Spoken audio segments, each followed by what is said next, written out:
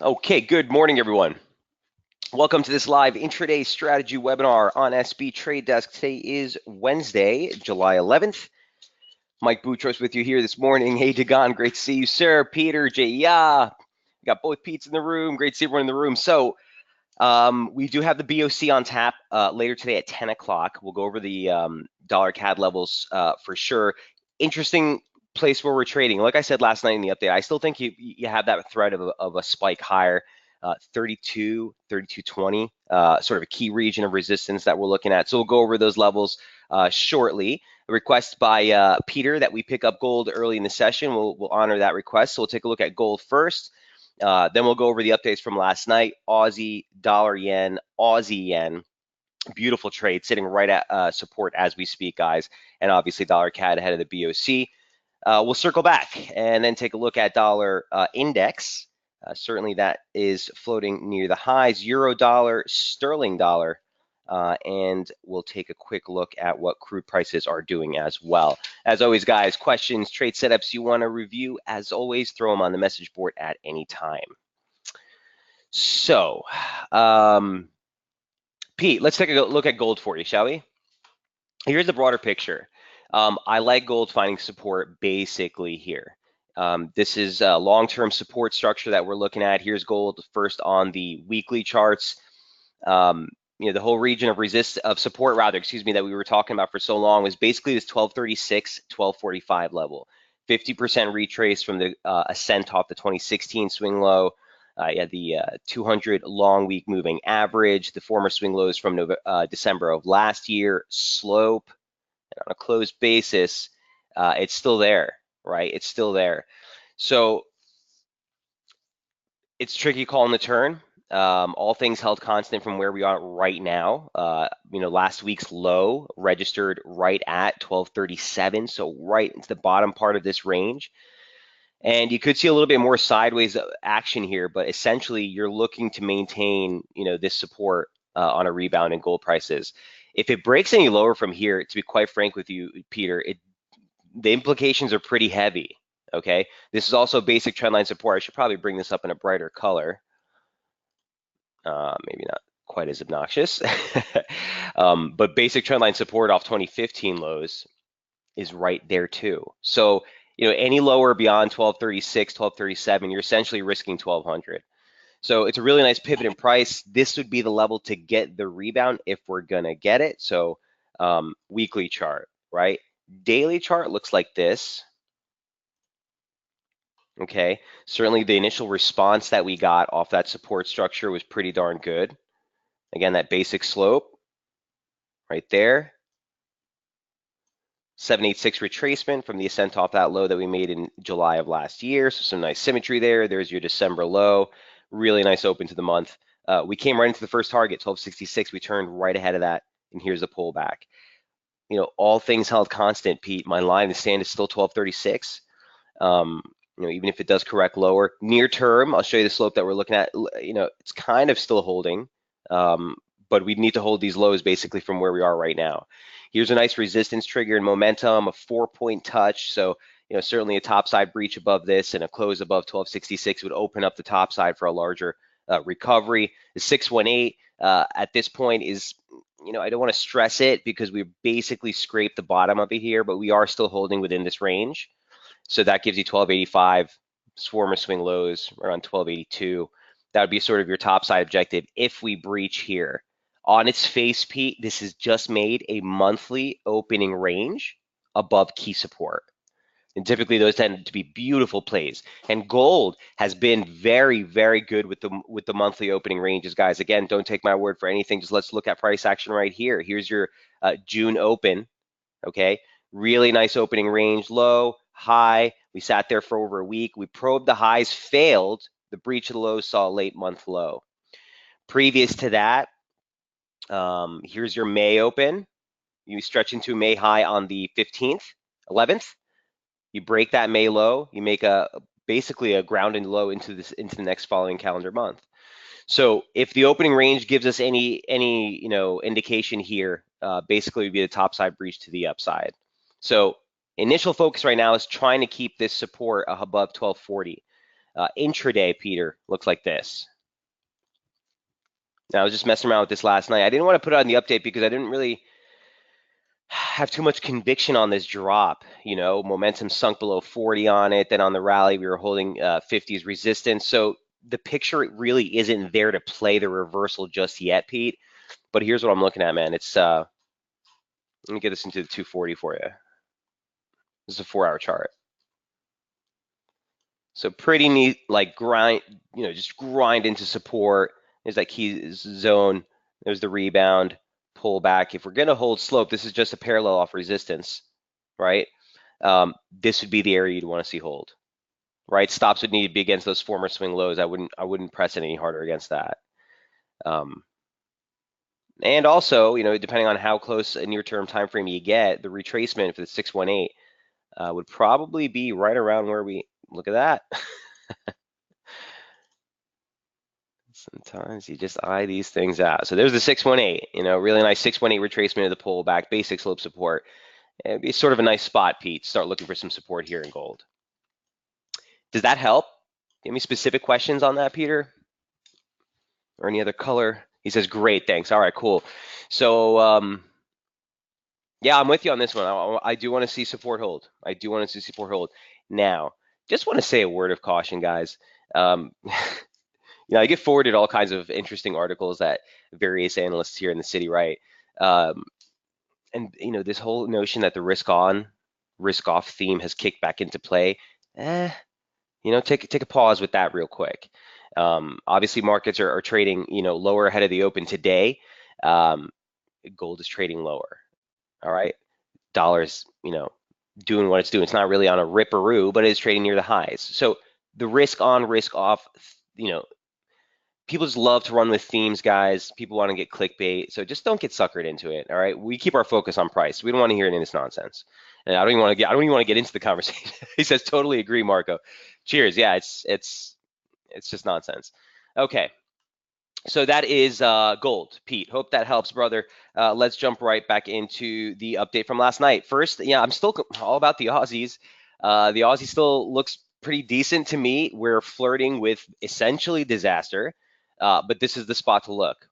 Okay, so back to square basics real quick for a review. You guys all know this monthly chart really, this weekly chart really well.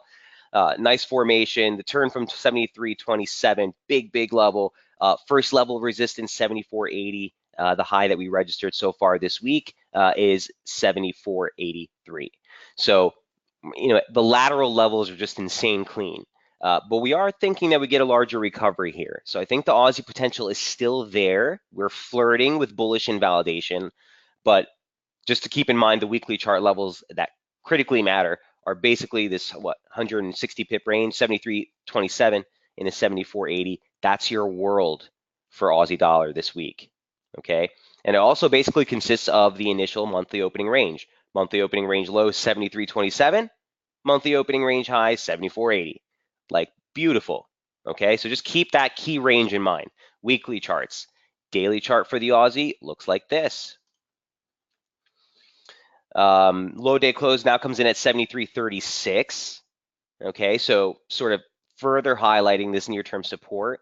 Here's your monthly open. This is why last night, you know, you heard, I think Jamie was looking for support right around these right around 74.11, 74.13. I think he marked. I had the monthly open at 74.11. Would be a really nice level for this to hold today on a closed basis. So, you know, we're probing below it now. I do want to see us, you know, scoop back up above this before the daily close for this upside potential play to really be viable still. So nothing's really changed here on the daily chart, right? This is the same levels that we were looking at yesterday. There's that support. We're just probing below this. Intraday, we were looking at this pitchfork. Earlier in the week on the Sunday update, we were talking about this level really being the risk for the downside. We drove one more time into it, failed.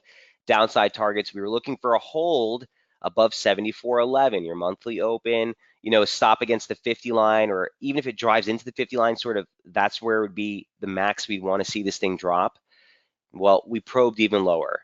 Okay, so what do we do on this? Do we give up and get bearish? I don't think that's the play just yet. Look at the reaction that we're getting here. Bring this into the 120, 2-hour chart. I wouldn't start fading it potentially necessarily just yet, but there's a lot of headline risk still going on.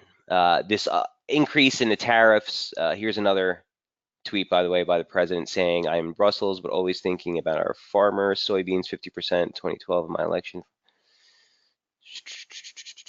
Things are better there." Okay, so there is some tension with regards to the NATO summit that's going on. There's going to be a meeting between Putin and um, Trump later today, as well as another meeting behind closed doors with Angela Merkel, and certainly there was some talk with the whole funding of the NATO stuff. Listen, this is all noise, right? But the market is kind of taking cues, and you'll see a little bit market gyrations of it. It doesn't change the picture, but my point being is I don't want to necessarily give up completely on the Aussie long just yet. I'm not in it as a disclaimer to anyone here in the room. Still looking for entries. I was really tempted just to kind of put in a long last night at 74. Kind of go to bed. I'm kind of glad I didn't, but at the same time, I don't want to fight this just yet. So let's see how the U.S. markets open. If we drive through 74.11 on the upside into the open, stop against the low here would be the only thing I'd be potentially interested in doing. I don't want to get aggressive on this. The 618 is at 73.76. And this does look like an objective break of the weekly opening range here. So it's Wednesday, the potential for a Thursday, Friday low. I don't want to be fighting this whole time trying to get this thing up. So unless we get a decent trigger in US trade today, guys, I don't want to get aggressive on this. If you look at the 30-minute chart, I was looking at this earlier today, it's pretty decent divergence. It's weak, right? Below 30 signals are weak, but it's there. And we'll see if it potentially does give us some sort of play on it.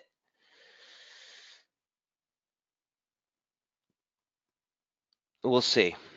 But the long Aussie dollar trade got triggered, Marco. So Marco, we did have on the pending trade list, so we're long on that from the swing side of things. From the intraday, for me, I haven't gotten anything pressing on this yet. Right. Remember, guys, me and Jamie are typically working with different strategies. We're always having the same broader outlook.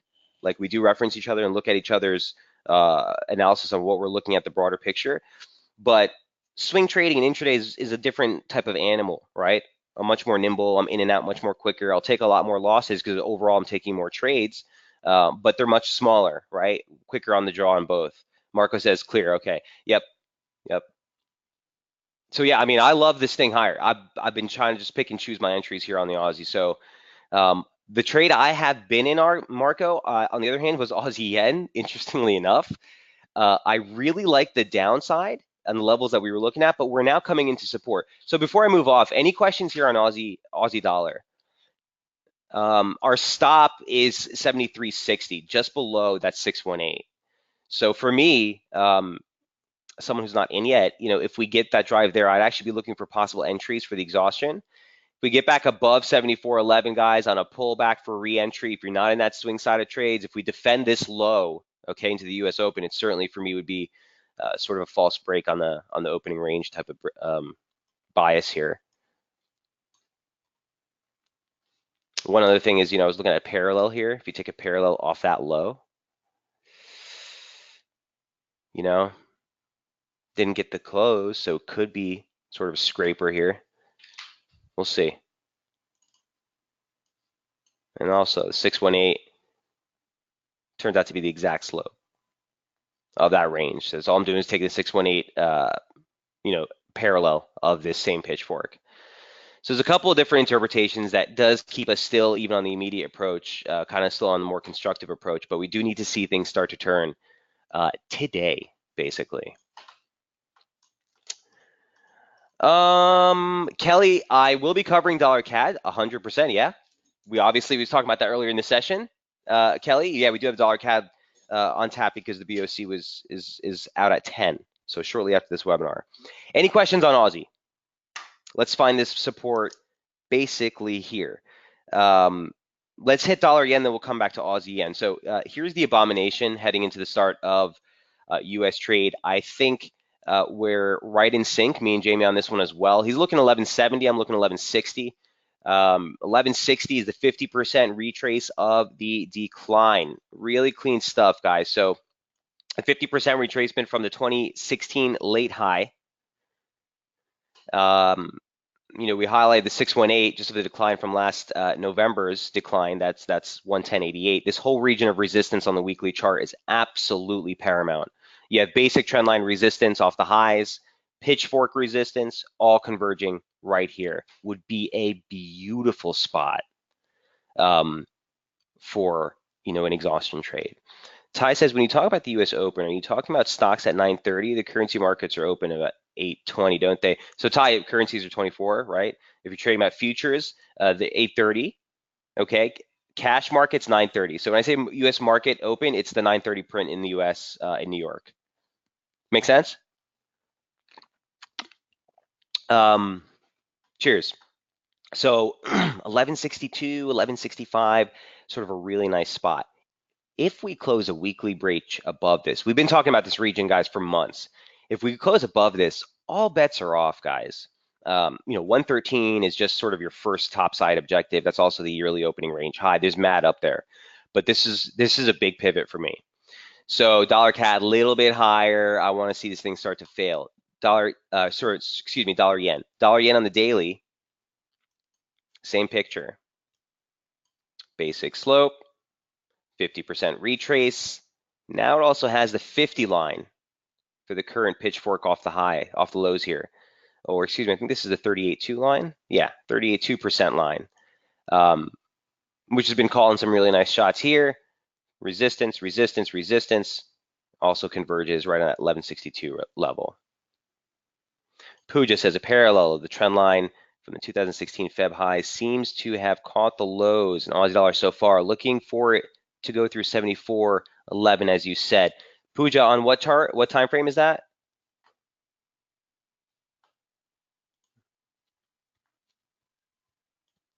On the 4-hour? Sorry, guys. I'm just going to backtrack for a moment here. I want to see what Puja's got on the table for us here.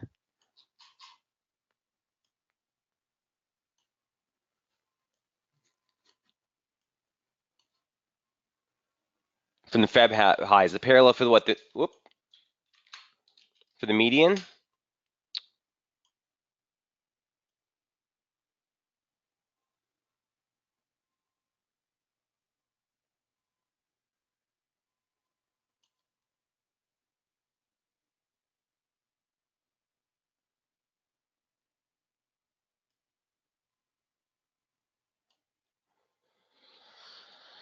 So I think we're coming with a little bit different levels here. If you take a parallel from this low right here, actually, the one that we made on the 21st, you could see clear support. Break was instant resistance, pivots on both ends. That's actually a nice sort of probe into. And then reversal. Whoops. Right there. It's pretty interesting.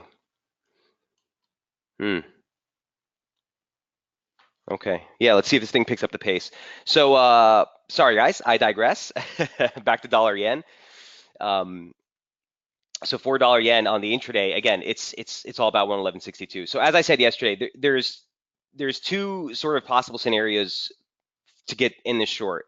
It's either the spike into 111.62 on a pullback, or that would be the exhaustion trade. You'd look for exhaustion. You look for the initial sort of whiplash lower, sell against the highs, try to play the pullback. Or if we get an objective break of the weekly opening range lows, your July opening range lows basically right there as well. Okay, so if we get the downside break, you essentially look for a break below 1035 for a rally back. Try to take that short to move lower. But I do think into 1162, that's sort of the pivot that you have to be looking for. So intraday, not really much sort of to be playing with per se, more so looking for just signs of exhaustion. And this would be, even in time, sort of a decent spot, excuse me, to start looking for that exhaustion trade. Looks a little different on my chart. Yeah, I'm not sure. I'm not Pooja, what went on with that Aussie? There is a parallel that comes at that level, but I'm not sure if my charts are jacked up here. Any questions here on dollar yen? Basically, look higher, look for exhaustion. I wouldn't be partaking in the long side unless you get a clear cut daily close above 1162. At that point, you know that there's lots of upside potential. The yearly open comes in at 1265. So levels are pretty clear. Exhaustion at 1162 is the name of the game for dollar yen. So what does that mean for Aussie yen? And this is the trade now for Aussie yen. As I've been saying, we're at support. The shorts are out, so there's no exposure here anymore. The focus is on the pivot at 82. If you get the downside break and you see strong yen acceleration, so yen strength, dollar yen lower, Aussie yen lower, the break below 82 would kind of put me on the sidelines here. The whole premise of the trade that we've been focused on, guys, remember, was the breach here early in the week. Was looking for a stretch into the upper parallel. 83 was really nice. After we hit that, we recognized the threat of a pullback from that level. This is bullish inval. Really clean setup, guys, in a way that we could attack the Aussie this week without having to get really in bed with the dollar per se. But just to give you a quick glance back, again, the larger picture here for Aussie yen. Well, let me jump back into the weekly chart first. Basic slope support, huge pivot in price, former swing lows. It was a mess in 2016, but after this cleared out, resistance, breach, support, false break earlier this year. On a closed basis, this thing held like a charm. Okay, so we've been playing the upswing. The upswing came into near-term resistance. The pullback is still constructive while above 82. Again, it's this whole 81.65 into 82 region. Weekly support, right? Weekly, larger picture stuff. Daily chart looks like this. So we completed a 618 retracement of the advance. That was one of the other reasons that we were getting a little bit more cautious on this stretch. Here's the support. What's at 82? Guess what? It's another 618 of the entire range that we've been trading in from the March lows. So again, the symmetry, the levels are just super clean. Parallel resistance with perfect support. The breach saw acceleration on both sides. That same slope converges right here. Also, objective stuff, right? Try to take emotion out of the game. Here's your monthly open. Here's your monthly opening range high. Is the monthly opening range in play by the 6th with this break on the 9th being the clear? I don't know. But what I do know is if that is true, I should be looking for support right here. Again, 82. So 82 comes up as being so many important levels here, guys. Near term, I'm working with a constructive outlook while above this region. Here's Aussie yen on the intraday. And again, here's what we looked like last night. So we came into this support at 82.04, 82.12. We've been sitting there ever since. It's make or break. It's make or break. Put a gun to my head, I would favor like short, fading weakness on a stretch lower here. But at the end of the day, sub 82, you have to take a sidestep on this thing. Again, here's what it looked like as we came earlier into the week. 83 resistance, boom, failure on divergence, beautiful turnaround, right back at support.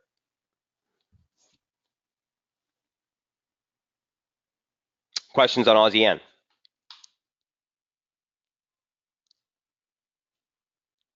Look for inflection off 82. Dagon says, wait for the trigger break. On the daily chart you're talking about? What time frame are you talking about? Because the near term, I was looking for triggers on this near term. I don't really see much. Actually, it looks like it might be given out. Here's what I was looking at earlier on the 10.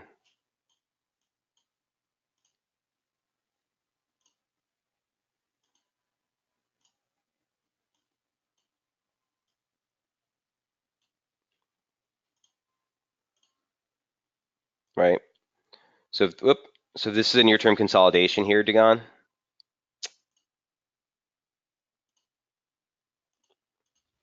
Well, first of all, if this isn't near-term consolidation, that just got refuted with this move lower. China is set to consider delaying approval of mergers. China is set to consider other ways of retaliating versus the US, hitting the Wall Street Journal. Also hitting some of the Bloomberg terminals here in red. So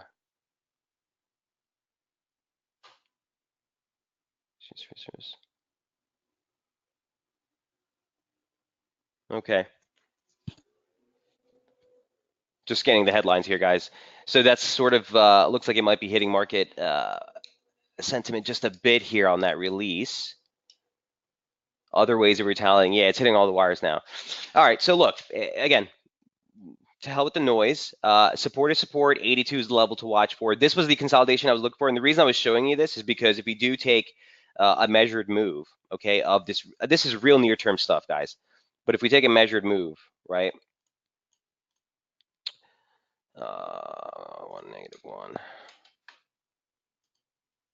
of this range, the break of the upside, if this is break and this is sort of gonna, really validate breach of resistance, check its support and rebound higher, the measured move of this near-term consolidation on a sort of real near-term approach is up here at 83, which is a level we're watching anyway, and was also the level of which we had that, what was that, 618 retracement.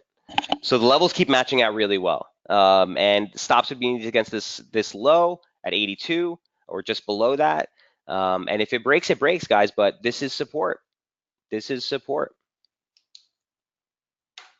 Make sense? He says, thanks. Hey, you're more than welcome. You're looking at a 2-hour chart. Yeah, that's a sharp trigger. So be careful using these triggers that are really steep with only 2 reference points. Is that what you're looking at on the 2-hour? That's aggressive. It may be a little aggressive to go on. But yeah, I do like a support hold here. Okay, so that is Aussie yen number 4.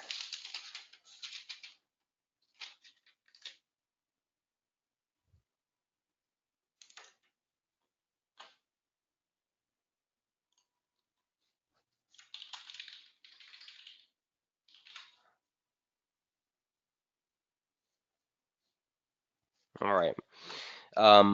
Dollar CAD. Here we go. Loonie. So we are expecting the Bank of Canada to raise interest rates by 25 basis points to 1.5%. Dollar CAD, on whole, I think still has a little more room to the upside. I'm looking to fade that move. Here's Dollar CAD. Again, let's start off on the weekly charts to kind of get a broader picture of where we are. It's real precarious, okay? 31.30 into 31, if you guys recall, was our initial sort of main target for the reversal off the high. This was a big level, 33.75.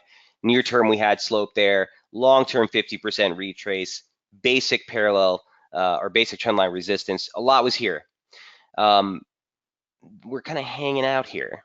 All right, I do think the broader focus, the broader risk is lower. You have a pending support trigger on weekly momentum. So game plan is kind of still to fade rallies in my mind. Daily chart for dollar CAD looks like this. Okay, the weekly, or let me take this back. Your sort of main initial focus right here was the monthly open, 31.50. Want to stay bearish below the median line. This formation has been very clean, extending off the yearly lows.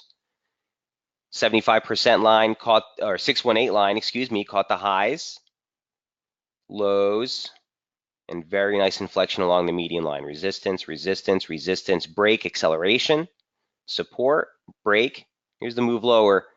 I want to stay bearish below this. Now that level comes in right at 132 essentially. Okay, 132.48 is the reversal day close, and that's my bearish invalidation. If we get above 32.50, game over for trying to fade the move. Ideal scenario, we rally into 32 today and hold. 32, like I said, 32.50 break, we're done. But these are 2 levels of which we're looking for possibility for entry on the exhaustion trade. Clear? Intraday looks like this. Okay, and early in the week, on, I guess this was the open. What day was this? This was the 8th, right? When we first were looking at Aussie yen. Oops. or the 9th, when we were first looking at Aussie yen,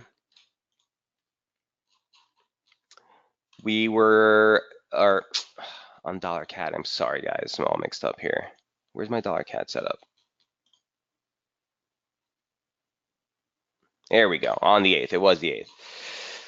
Okay, so early on, we were saying, again, the break last week didn't look like it had too much juice on it. It certainly was very precarious. So it was the 31.32 break that eventually puts us neutral on this, looking for the rally, again, for the recovery to offer us some entries on the short side.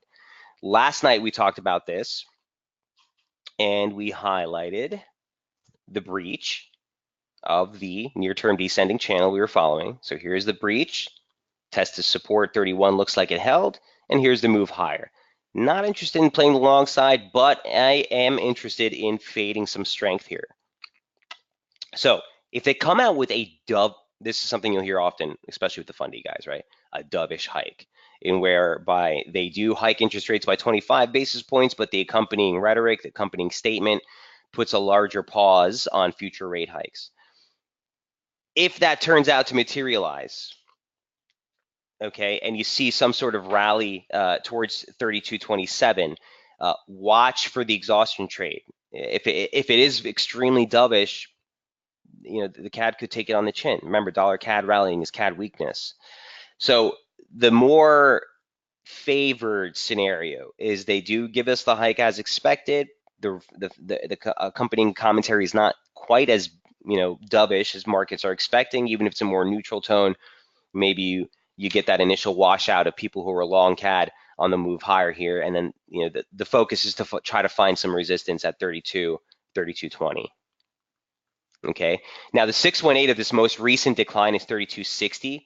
So if we were to get a rally into like 32.27 at 50%, we do spike. This would be a decent area to throw your stop against, former swing highs as well. But on a scalp basis, it would be the spike into it, the pullback, look for the reattempt, and then you take a stop against the high, looking to play the pullback. If we don't get the spike and this thing just breaks below 31, don't chase. Don't chase. At that point, you're looking lower, but you need to pick and choose your entries. Okay, you need to get some sort of comfortable stop against that high. And unless we get a decent move on it, guys, if it just breaks lower from here, unfortunately, I think we'll miss it. And that's okay, right? It's all about having a proper setup, not just the direction. So that's sort of my thought process here with dollar CAD is look for an initial spike as close as you can get to 32.27, 32.20 on the initial approach for possible exhaustion.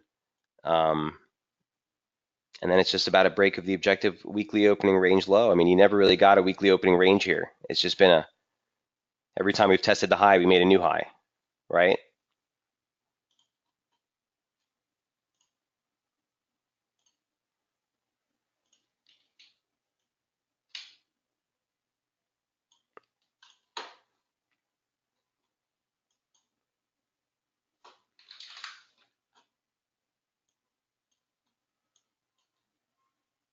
Okay. Any questions on the dollar CAD?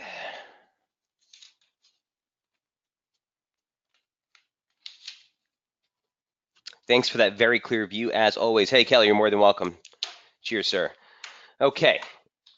Next on tap is circle back to the majors. So DXY. Here's what DXY looks like now. Here's what DXY looked like to start off the week.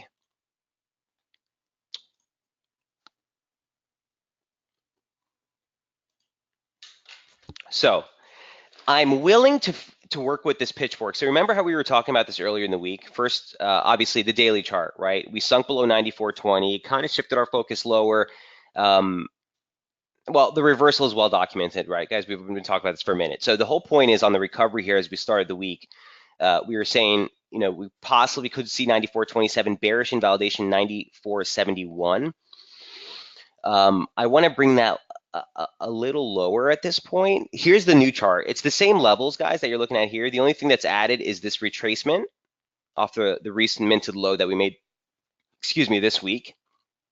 But what I wanted to say is, remember we were debating on this pitchfork on whether we should use and include that new or late high.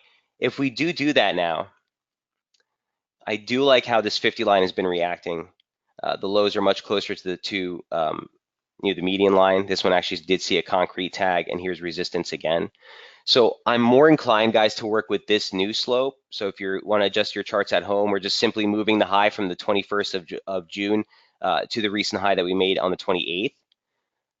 Okay, that secondary high seems to be pretty decent on price. So I'm willing to work with that for now. It kicks out the 618 along with that slope up at 94.84, and I don't want to start kicking or trying to short this with a stop way up there, but that's the scenario if we do break higher for the weekly opening range. Here's your weekly open. Lateral levels remain unchanged as far as the downside levels from the report earlier this week. So what do we do from here? Well, you have a pretty well-defined weekly opening range. If we do get a breach of the highs, again, looking to fade a rally towards this high. I don't have conviction to start fighting this just yet, but a couple things that we always want to keep in focus, guys, objectively. 94.27, 94.20, that same level that we've been talking about for weeks and weeks and weeks. Yeah, we've probed through on the last couple of days, but on a close basis, it's still been a teeter-tot. Very clear, break, acceleration, support, break, acceleration, resistance, you know what I mean? Intraday, sure, you'll probe through it, but our daily close basis scenario still keeps us bearish below 94.27. So I just want to note that. Watch and respect these daily closes. Remember, we had strong divergence into a trigger break. A signal is there. The whole point right now is, does this recovery get back towards the monthly open, maybe a little higher before turning over? Our base case scenario, as long as the close basis is maintained below 94.27, I do want to see this lower. Okay, so just some reference there. Intraday, well, here's what it looks like again.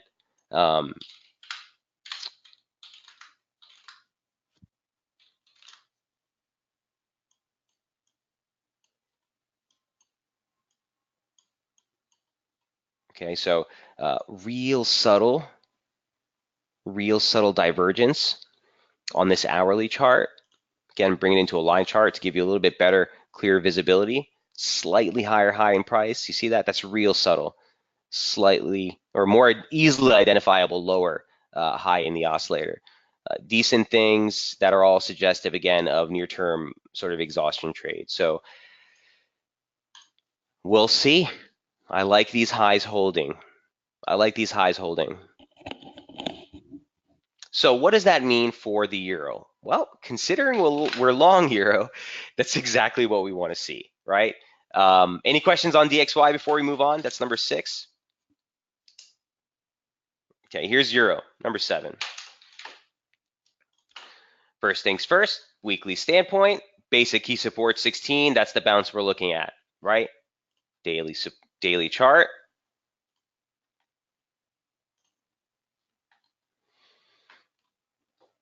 $117.98 was the initial soft target you're looking at. That was the high day close, or the high close rather, for the June advance right here. Major key support doesn't come until 118.27 into resistance 118.50. Now our swing target objective doesn't change. Okay, that's still up. What was that at? 1875. So still a little bit more room as far as the swing trade is concerned if you're holding those positions. And we have a pretty decent break even stop essentially on that. No harm, no foul if it comes back, but it looks pretty darn good. Watch 1827, 1852 if for the intraday guys or the closer near-term guys, we have some slope in there coming over the next couple of days. Jamie's target at 1875 is actually right at the slope. He's right on that. This lateral level, I would just be watching as a pivot. If you look to the left here on my chart, you can see some basic support, basic resistance, basic support, pivot, break, acceleration, resistance, resistance, resistance. Watch that level first. 1827, 1852. Okay, intraday looks like this. So the same formation we've been working with on the euro since the start of the week. Okay, there was the exhaustion that we were looking for, and as we said early in the week, we were looking for a pullback, but our bullish invalidation was still 116.70 right here, 116.69. Friday's low, basic slope support, and also, if I'm not mistaken, the low day close. Nope, I'm lying. The monthly open, there it is. So the open for July trade. Okay, big level of support. You have slope there as well. You have former swing lows there as well. Want to stay bullish well above that region in euro. Obviously, our stop was it 1690? Just grazed it, flirted with it last night uh, before the turn.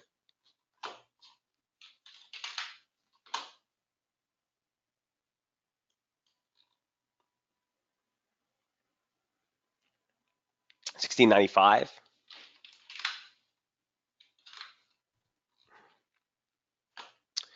So all things held constant, got to respect the levels that we're at.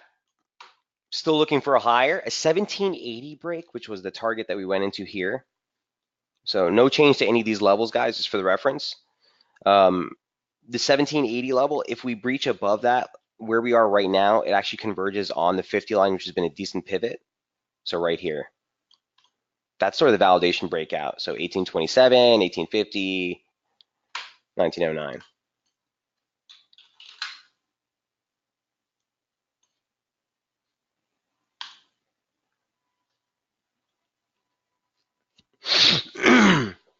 Ty said last night we got within 5 pips of the stop. I almost took the trade. I watched it probe and wondered, should I take the second chance at the price? So yeah, I mean, Ty, yeah, have to kind of stick to your guns with this kind of stuff. Um, we use proper risk management. If the trade gets stopped out, you can't approach it with so much apprehension. It seems like the emotions are kind of filtering into the play here. We have to stay objective, right? If support is support, that's the level that we're trading against. You take it and let the trade pan out. You know, we don't want to get too wrapped up in sort of the emotional aspect of it, but it's just a good spot, guys, for this thing to turn. And as long as we stay, for me, I was thinking as you are. And one thing, Ty, I also want to say, and I'm huge guilty of this, even this deep into the game after all these years, is you're waiting for the ideal entry. On a trade like this, yeah, if we get into the monthly open, great, I'll get long. That'd be a perfect spot. There's slope just below. Well, market turned right ahead of that. So for someone like me who's trying to time the extreme perfect entry at the low, yeah, we missed it. Good thing on the swing side of things, that kind of more structured, uh, really just disciplined, sort of black and white sort of approach kind of does the work for us, right? Because we have limit orders in there. This is why we give you both sides of the table, guys, and why SB has been such a really great success for guys who want to do a little bit of both, right? This is more uh, kind of just really objective stuff, where on the intraday we have the ability to take those near-term levels on a few hours, a few day basis, something a little bit more near-term. We can take advantages of near-term reversals where we don't have to have a larger risk on the table.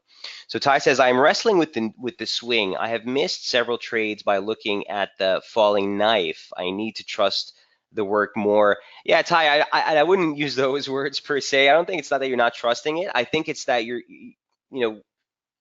trying to incorporate both, right?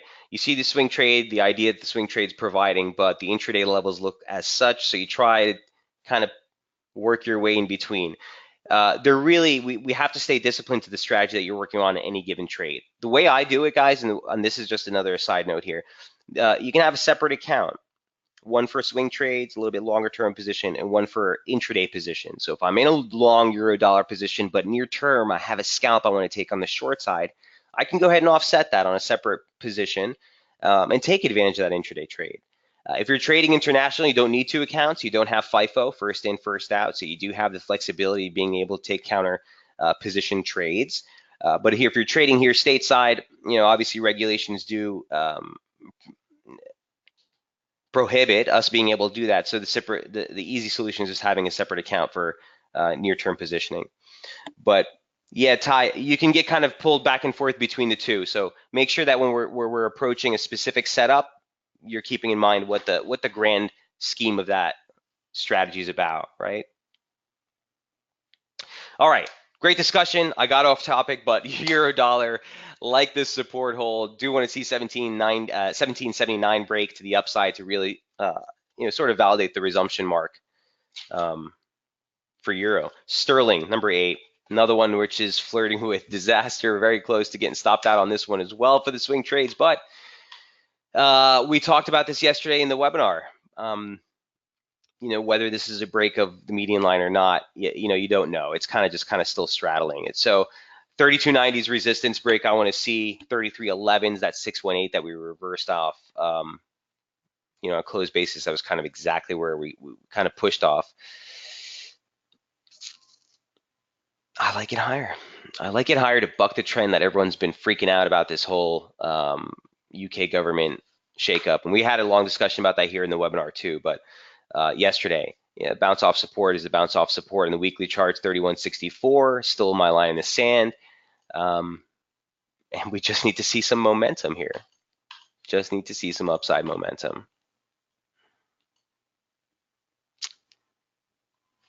It's been kind of a snooze fest the last day or so, and I'm not really complaining because we still have the last semifinal of the World Cup on today. And Wimbledon's going on, so my plate's full, Jeez. That's pound, guys. Nothing really to update here. You're looking for that. I'm right in line with the swing on this one. The limits are at, or the stop is at break even on sterling, 32.95. So if it hits, it hits. If it doesn't, or if it breaks 32.90 in the upside, I love it. I love it for a fresh long position.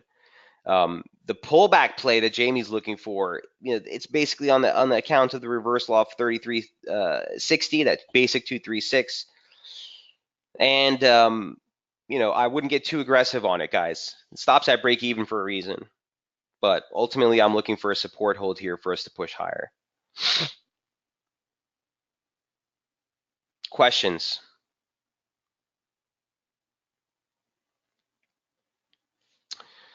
All right, so that is number 8. Crude. Real quick look at crude. So the crude has been in a lateral movement sideways. We do have inventories on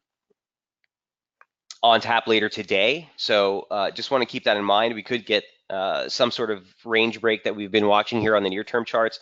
Crude has just been super clear as far as the larger positioning. I do think your near-term risk still is lower on account of this chart. Here's your weekly chart of crude that we've been following for the last couple of years, essentially. Basic slope resistance of the broader operative pitchfork that we've been working with. Really nice level, 2011 swing lows that we made basically capped this advance. And you've been marking some radical weekly divergence into these highs. So price action with a higher high, higher high, higher high, series of lower highs. So the risk is there for still the exhaustion type of pullback. You don't want to get all straight up reversal trend on it, but I think the risk for even a 71 washout is there. Bullish invalidation for this immediate upstretch is 69.29, excuse me. The outside reversal close converges on the 50 line, and that would necessitate a break back below this key pivot in price. So first things first, initial risk I think is lower. Near term, broader trade is constructive above 69. A breach from here, topside targets on levels are unchanged, 77.26 and even up into 80. Okay, that's the weekly chart for crude. Here's your daily.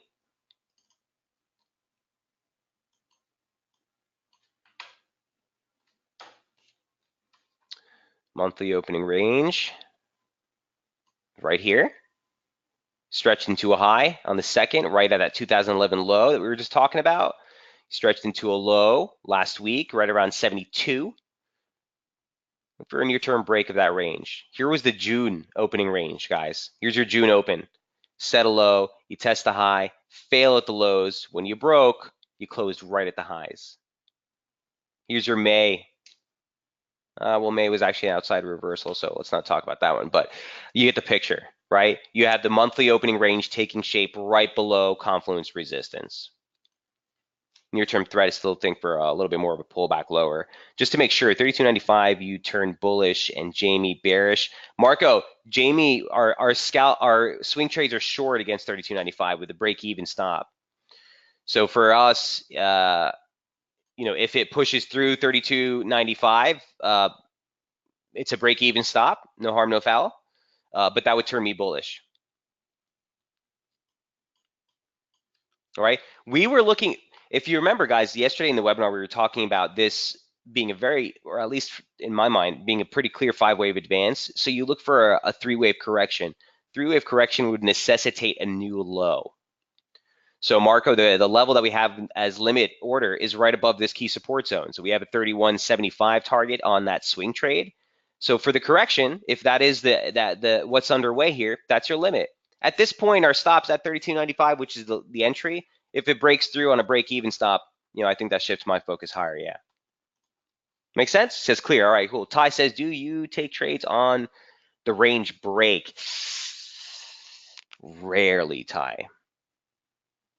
You're talking about chasing, basically, is what you're saying. So if you're taking it, if you say that this breaks to the upside, do I just buy on the break? Rarely. I really can't condone that kind of behavior. If it's a data-driven move, Ty,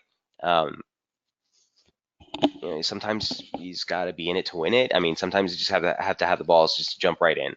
Again, that kind of gutsy trading, I can't condone. There's scenarios where, if there's major announcements coming out, we've been pressing a major key level, I just want to be in it, right? It's very, very dangerous mentality because at that point you're throwing your risk into the wind, right? Ty, if I take a breakout trade here to the upside, where's my stop? Down here, 33.27. You think I'm gonna put a 70 pip stop? Not for my personal strategy. It's way too much. So if you can get a reasonable stop, the better way to trade it, Ty, would be breach. Even if it stretches this high on the pullback, look for a failure ahead of June or as close as you can back into that same 32.90 level. That's your entry as it moves back up against the low. So the new low that's formed on that stretch, now you have at least a swing low to trade against. But on a breakout trade, I just can't encourage you to do that. Okay? That is crude. Number 9. All right. Any other questions or trade setups you guys want to take a look at? Do feel free to let me know. I guess the main highlights for today is going to be what the BOC does and whether we get that stretch to 32 for dollar CAD to try to fade. On the Aussie front, kind of need to see this hold the lows. So again, looking to see if we can manage a close back above 74.11 would certainly make me feel better. And on the euro, obviously that swing trade still in play as well. 17.79 break is what we really need to see to fuel resumption of the broader trend that we're looking at. Marco, absolutely, it's possible. It says Kiwi CAD. I can't say I'm a big fan of the pair, but let's take a look at Kiwi CAD for Marco.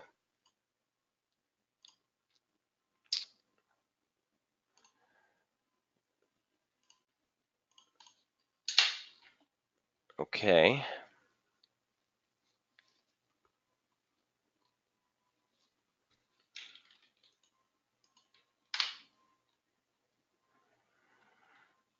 Okay, let me just update this daily chart for you. So here's your yearly open.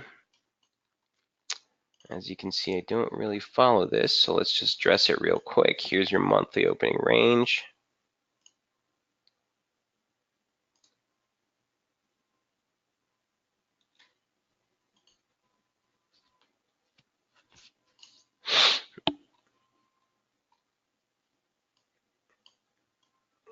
Marco says, isn't that a clear bull flag in a bear trend? What move are you talking about? This whole decline on a yearly basis?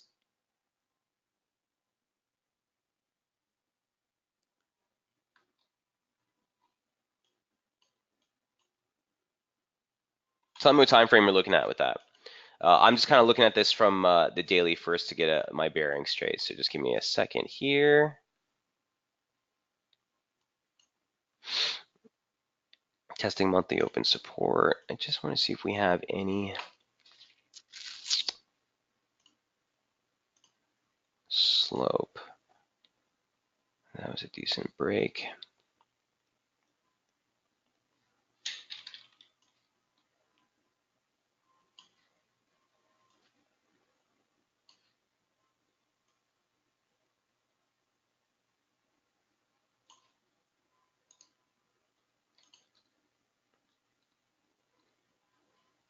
That might be a decent play.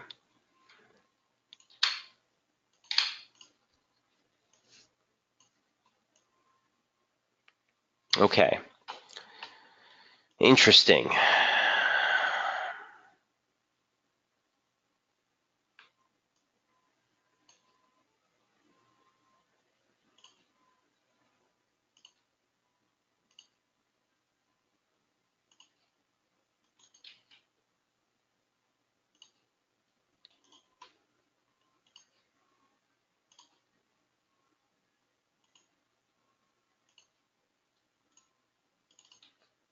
Yeah, 50 is going to be instrumental here. So look at this region. That's your key resistance, at least on the near-term approach. Your 50% retrace of the decline just off the highs they made last month converges not only on the 50 line, but also on the long 200-day moving average. Basically gives you just above 90, 90.30 into 90.36 as sort of your key resistance on the near-term approach here for Kiwi CAD. Let's jump into the near term, see what the daily.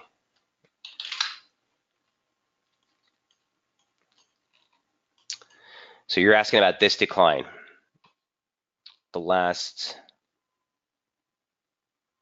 retrace on a daily basis.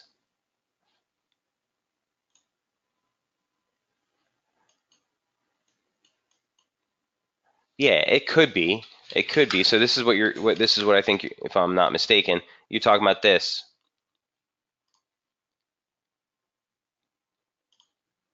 Is this just a bear flag within an uptrend? Very well could be. Very well could be. No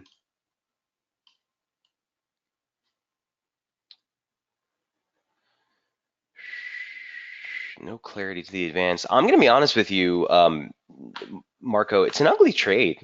What particularly draws your attention to this? It's a pretty tight type of level. Here's monthly open support. So let me tack on this near-term retracement too.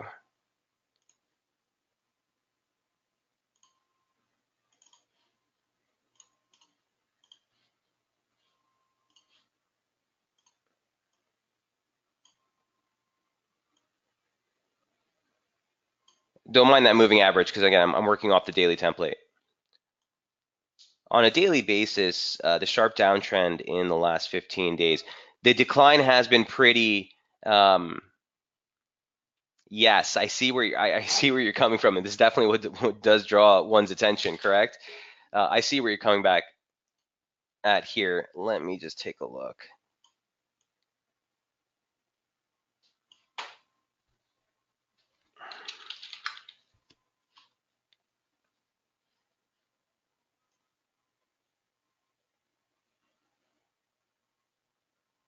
Yeah. Look, my only objection with trading something like this, and I hear you, I'm with you, Marco. When I see a big move like that, yeah, absolutely. My eyes just get drawn to it, right? You're kind of glued to it. You want to see how it's going to react. The only thing that you want to keep in mind here is this. This is broadly still in consolidation since the 2016 high. We've really done nothing since probing that fresh high. It's just been larger consolidation. From a trading standpoint, I would rather be on the long side.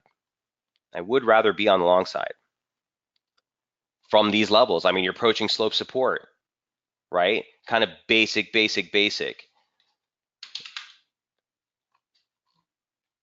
Coming off range lows.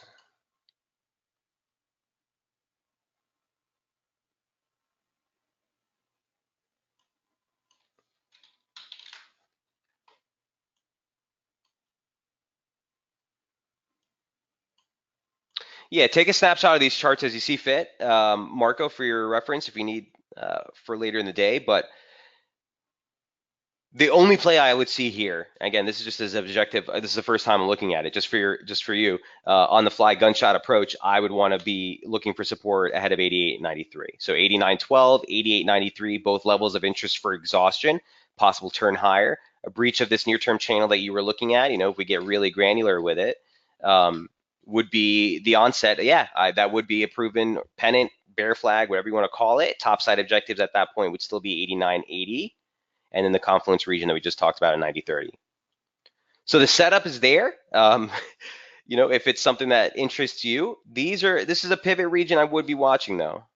This is sort of where you want to see this start to peter out. Now, also, if this is corrective, um, a measured move of the decline, wow, would basically want us to hold support right here. You know, where's the 1618?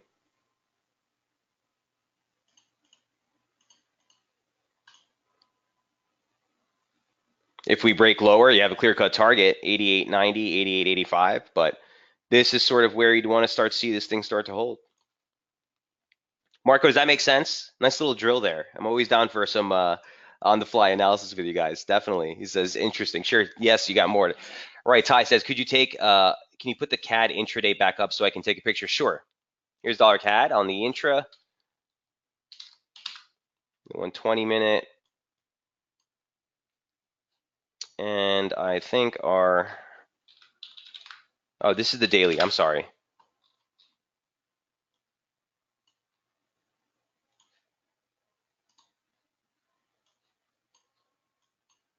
And likewise, you know, on the other side of that, Marco, this would be basically interpreted as a bear flag within the downtrend. So the problem is if this does break lower, that's CAD strength. That's Kiwi CAD lower. You're basically with Kiwi CAD is betting who's going to be the bigger loser. And Kiwi, by the way, we haven't talked about Kiwi on the intraday page, and there's good reason for it. I do want to just show you this chart. If you go back to the last Kiwi dollar update on the intraday charts, guys, these were the levels. The breakout of that descending channel formation, it's been just a slow grind higher. You know, this thing's it's just, ugh. I'm not a big fan of trading Kiwi dollar right now, but here's the daily chart. You know, 68.30, 68.27 was where I wanted to see this thing hold if we were still moving lower. What the heck is that? You know, that kind of stuff just pisses me off. I just don't have, now it kind of just fogs up the whole picture. You know, back below set 68.28, that does put the risk lower, but you're trading at monthly open support. So for Kiwi, it's just out of focus for me right now. Picture is just really ugly. Okay, any other questions? Great session, guys, today. Thanks for all the questions, and I will see you tomorrow. Keep in mind, Bank of England is on tap in just under half an hour here, or Bank of Canada, excuse me, on tap in just under half an hour here. So watch that dollar CAD setup, see if we can't get that swing or spike higher to fade, and we will pick things up tomorrow. Cheers.